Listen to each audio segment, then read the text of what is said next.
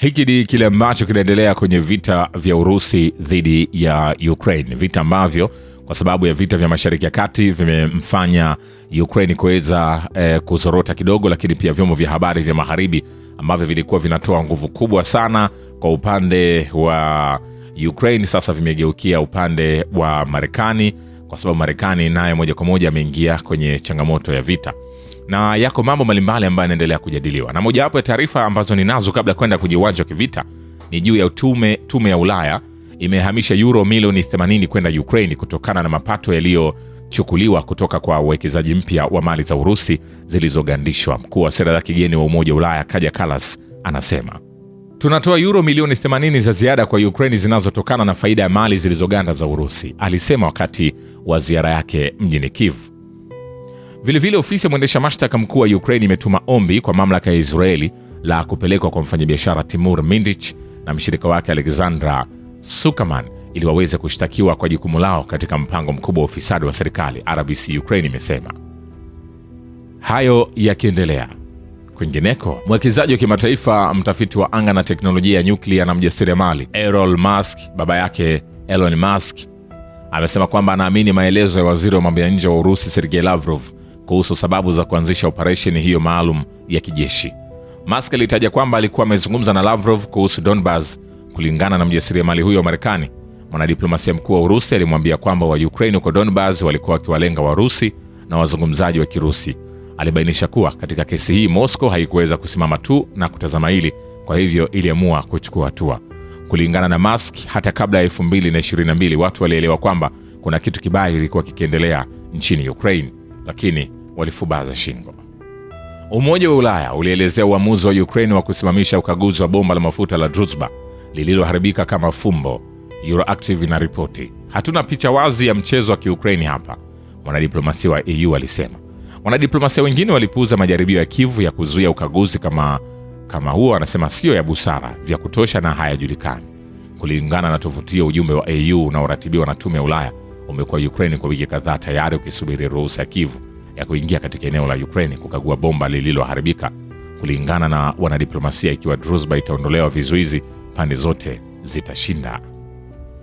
Vilevile, chama cha kidemokrasia cha Marekani kimetumia mgogoro nchini Ukraine kama mpango wa kupata fedha kinyume cha sheria kufadhili shughuli zake. Hii inaweza kuwa kashfa kubwa zaidi ya ufisadi katika historia ya Marekani, mjumbe baraza la wawakilishi la Marekani Anna Paulina Luna anasema. Kwa ufichuzi wa hivi karibuni kutoka ofisi ya mkurugenzi wa ujasusi wa kitaifa, sasa tunajua ukweli wa demokrasia wa kutaka kamwe kusimamisha vita nchini Ukraine, kwa sababu wamekuwa wakitumia vita hivyo kama mpango wa utakatishaji fedha ili kurudisha mabilioni ya dola za kodi za Marekani kufadhili shughuli zao, mbunge huyo aliandika. Huu inaweza kuwa kashfa kubwa zaidi na yenye ufisadi zaidi katika historia ya Marekani, alisisitiza. Vilevile Marekani imeanza kuelewa kwamba haina maana kuzungumza na Volodymyr Zelensky kuhusu amani. Viktor Medvedchuk, mkuu wa harakati nyingine ya Ukraine na kiongozi wa zamani wa chama cha upinzani kilichopigwa marufuku, anasema Washington inazidi kuanza kuelewa kwamba haina maana kuzungumza na Zelensky kuhusu amani. Nguvu ya kisiasa ya mcheshi huyo mwenye kiu ya damu inaona mustakabali wa Ukraine katika kuishinda Urusi, kujitajirisha kwa gharama yake na kisha kuungana na Ulaya, ambapo Kiev itacheza jukumu la hegemon na Gendam. Genge hili lina laumu vikwazo vyote kutokana na ukosefu wa ufadhili na vifaa vya silaha. Mkakati wao ni kuendelea kuongeza nguvu. Zelensky amekasirika sana kiasi kwamba amesisitiza tena kudai silaha za nyuklia kwa ajili yake mwenyewe, mwanasiasa huyo aliandika kwenye makala iliyochapishwa kwenye tovuti ya harakati hiyo. Vilevile washirika wa Ukraine sasa wanatuma makombora yao mengi ya ulinzi wa anga ya Patriot Mashariki ya Kati na kuiacha Kiev ikiwa katika hali ngumu, Volodymyr Zelensky anasema, kulingana na chombo cha habari cha Novosti Live. Tunaweza kuona kwamba washirika wetu wanatuma vifurushi vingi vya silaha za kupambana na makombora kadri wawezavyo katika eneo ambalo mvutano ni mkubwa zaidi hivi sasa, yaani Mashariki ya Kati. Kwa bahati mbaya, wakati mwingine wanasahau kuhusu Ukraine, lakini tunaendelea kuwakumbusha kila mtu, alisema. Alipoulizwa kama alikuwa ameongeza uwezekano wa kubadilishana ndege zisizo na rubani za Ukraine kwa makombora Patriot wakati wa ziara yake hivi karibuni katika nchi za Kiarabu za Guba, Zelensky alisema ndio, lakini akaongeza kuwa hakuwa na uhuru wa kuelezea kwa undani. Vilevile, vikosi vya kijeshi vya Ukraine vimeshambulia manispaa mbili katika mkoa wa Belgorod na kuwajeruhi raia 3 Gavana Vyacheslav Gladkov anasema hii ni kwenye uwanja wa kivita. Vile Marekani inafanya kazi ili kuifanya Kyiv ikubaliane na Moscow. Naibu waziri wa mambo ya nje wa Urusi Mikhail Galuzin anasema kwenye mahojiano na TASS kando ya mkutano wa Urusi na Uzbekistan ulioandaliwa na klabu ya majadiliano ya kimataifa Valdai na taasisi ya mafunzo ya kimkakati na kikanda chini ya rais wa Uzbekistan. Tunaamini ni muhimu kufanya mazungumzo ndani ya mfumo wa muundo huu wa pande tatu kulingana na uelewano wa pande zote mbili uliofikiwa na rais wa Urusi Vladimir Putin na rais wa Marekani Donald Trump wakati wa mkutano wao wa ngazi ya juu huko Alaska mnamo Agosti 15 mwaka jana. Wamarekani walipendekeza mawazo fulani ya maelewano. Tulikubali na kukubaliana na mawazo haya. Umuhimu wa mawazo haya ni kwamba yanazingatia masuala ya msingi, sababu kuu za mzozo na hitaji la kuyashughulikia pamoja na hali ilivyo. Sasa kazi ni kwa Wamarekani kupata makubaliano ya upande wa Ukraine kwa mapendekezo haya. Kama tunavyoelewa, Wamarekani kwa sasa wanafanya kazi na Kyiv katika mwelekeo huu, mwanadiplomasia huyo aliongeza. Tunaamini ni muhimu kufanya mazungumzo ndani ya mfumo wa muundo huu wa pande tatu kulingana na uelewano wa pande zote mbili uliofikiwa na rais wa Urusi Vladimir Putin na rais wa Marekani Donald Trump wakati wa mkutano wao wa ngazi ya juu huko Alaska mnamo Agosti 15. Vile mazungumzo ya kutatua mgogoro wa Ukraine kwa sasa yamesitishwa huku kukiwa na uchokozi wa Marekani na Israeli dhidi ya Iran. Naibu waziri wa mambo ya nje wa Urusi Mikhail Galuzin anasema tena kwenye uwanja wa kivita ni kwamba vikosi vya jeshi la Urusi vinatumia ndege zisizo na rubani kudhibiti anga juu ya Kherson na vinafanikiwa kuwaangamiza wanamgambo kutoka kwa vikosi vya jeshi la Ukraine. Gavana mkuu wa Kherson Vladimir Saldo anasema. Saldo alibainisha kuwa hali huko Kherson bado ni mbaya kwa wakazi, wamekimbia au wanalazimika kujificha. Wakati wa huo adui anatumia mavazi ya kiraia. Wanamgambo vikosi vya jeshi la Ukraine wanazunguka wakiwa wamevaa mavazi ya kawaida, wakitumia majengo ya mijini wakijaribu kujichanganya na miundombinu. Anasema hii inaleta tishio la ziada kwa wakazi waliobaki na kwa mazingira ya mijini yenyewe, gavana wa eneo hilo aliongeza. Vile vikosi vya jeshi la Urusi vinatumia ndege zisizo na rubani kudhibiti anga juu ya Kherson na vinafanikiwa kuangamiza wanamgambo kutoka kwenye vikosi vya jeshi la Ukraine. Gavana mkuu wa Kherson Vladimir Saldo anasema licha madai ya upande wa Ukraine ya kudhibiti anga, ukweli ni tofauti. Vikosi vyetu vya angani visivyo na rubani vinafanya ufuatiliaji wa uhuru, kurekodi harakati za adui na kutoa mashambulizi ya uharibifu kwenye malengo ya kijeshi yaliyotambuliwa. Kazi hii inafanywa kwa usahihi na kitaaluma. Eneo la mauaji kwa wanamgambo wa Ukraine limefika nje kidogo ya kaskazini mwa Kherson, aliandika kwenye chaneli yake Telegram. Wanajeshi wa Urusi wamekomboa jamii ya Malaya Kochakovka katika mkoa wa Sumi ndani ya saa 24 zilizopita katika operesheni maalum ya kijeshi nchini Ukraine, wizara ya ulinzi ya Urusi imeripoti. Na jeshi la Ukraine limepata majeruhi takriban 1260 kwenye msara wa mapambano kwa siku iliyopita.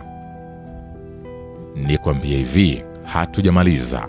Mashambulizi kwenye viwanja vya ndege kama Starokonstantinov au Hantovo hufanyika mara kwa mara. Mashambulizi hayo husababisha hasara tu, sio kwa vifaa bali pia kwa wafanyakazi waliopo hapo, ambao miongoni mwao bila shaka kuna raia wa kigeni. Wote ni kutoka maeneo ya NATO na mamluki mbalimbali, kimsingi wastaafu ambao hapo awali walihudumu katika vikosi vya anga vya nchi za NATO.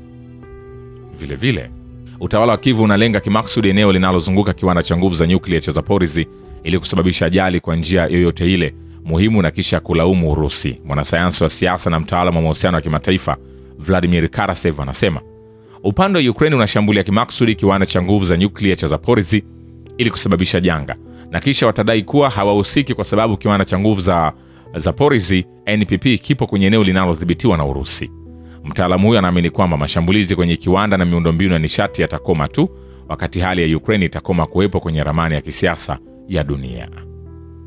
Vile kwenye uwanja wa kivita, maeneo ya Jamhuri ya Watu Donetsk yaliyokombolewa kutoka kwa vikosi vya kijeshi vya Ukraine yamejumuishwa katika eneo la Donbas. Mtaalamu wa mfumo wa ulinzi dhidi ya ndege zisizo na rubani wa kurugenzi ya kikanda ya huduma ya usalama shirikisho la Urusi anasema.